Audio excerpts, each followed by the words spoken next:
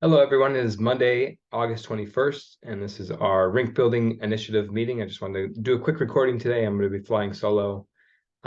Just have a few updates to share about some things that we're up to. Of course, our Huntersville court, um, having the parks help us. Well, basically, they are retrofitting the basketball court to a multi-purpose facility.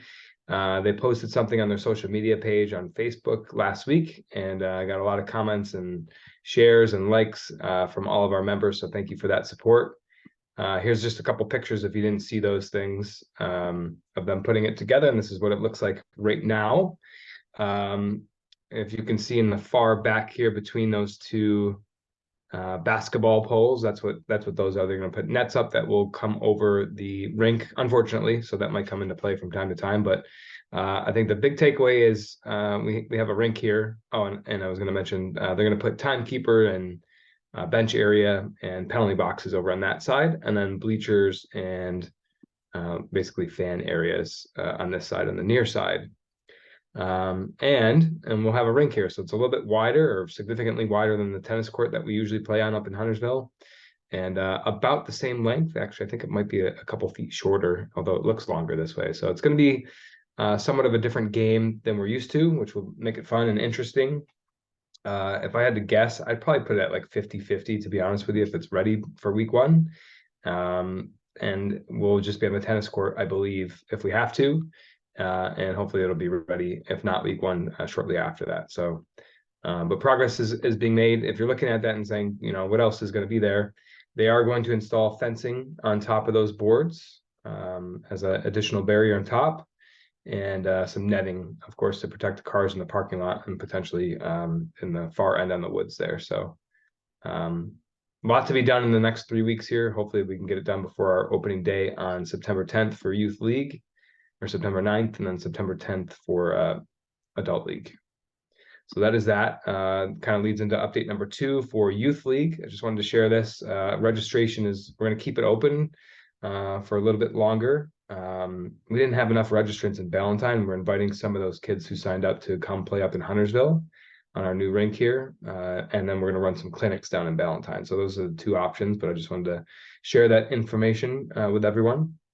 I think registration was a little bit low, just coming back from, getting back to school and having fall schedules come out for fall sports and stuff like that. So we hope we can get a few more registrations. And I wanted to provide an update with something that kind of is all intertwined to all this conversation here.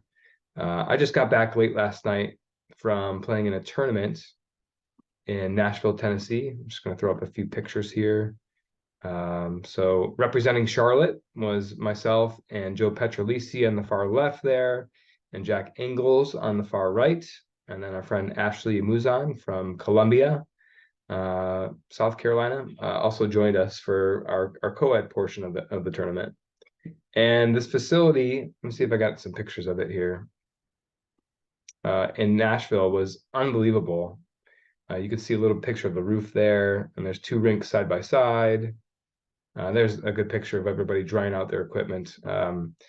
This is what we want to bring to Charlotte. So just to show this to people that this is possible. This is up in Hendersonville, Tennessee. If I turn the camera around from where I was standing right here, there's horse farms right behind me, and it's just out in the middle of nowhere.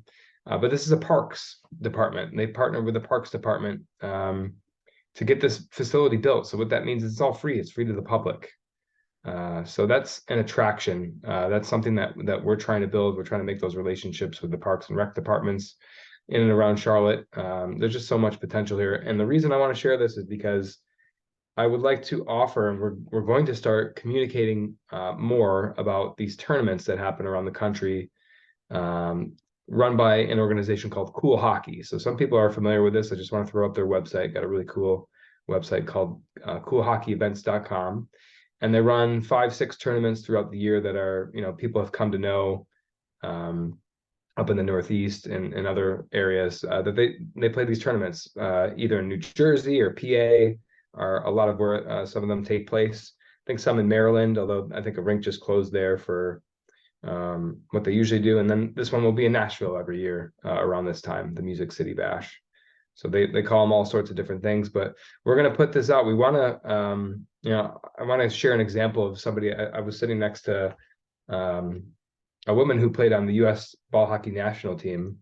I was just picking her brain about that experience and what it was like. And I said, of all the things that you're involved with ball hockey, what's the most exciting? What's the most fun? And she said these tournaments. She looks forward to these tournaments because, you get to mix up who you play with. It's a little bit higher caliber skill level. So, if you're craving that sort of competitive edge, but not necessarily the NBHL, where it seems like it's very competitive, and this is more of a fun atmosphere where you get to play with people who you might not normally get to play with.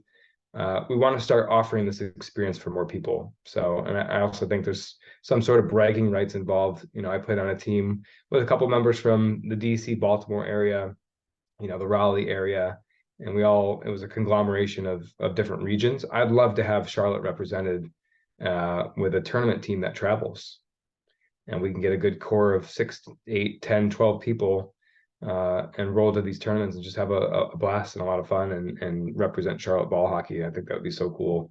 And, from my experience, it was connections with some people that we've met in previous years, at the Milet Cup and some of these other tournaments that we participated in, and making new friends and new acquaintances and new people. And to tie it all in, possible resources to get us help to build a rink. There's other people who have done this around the country. What have they done? How have they partnered with strategic partners, and how do they get it done? So access to information, to people, to resources. It was a great event. There was probably, I don't know if I heard a final number, but it was at least a couple hundred people involved in this tournament, and 5 different types of division. There's a co-ed A, co-ed B, there's novice, there's rec level C, I think, and maybe one or 2 others that I'm missing. So for Friday, Saturday, and Sunday, game after game after game after game on both of these rinks. It was an awesome experience. So more to come with that. Met some strategic partners. That's probably a little bit too early to provide any exciting details, but stay tuned, and we hope to have more good information in the coming months with tournaments and rinks and all this good stuff here. So we will cut it short today. Just wanted to do a quick video and update of where we are, and we'll see you again in a couple weeks here. Thank you.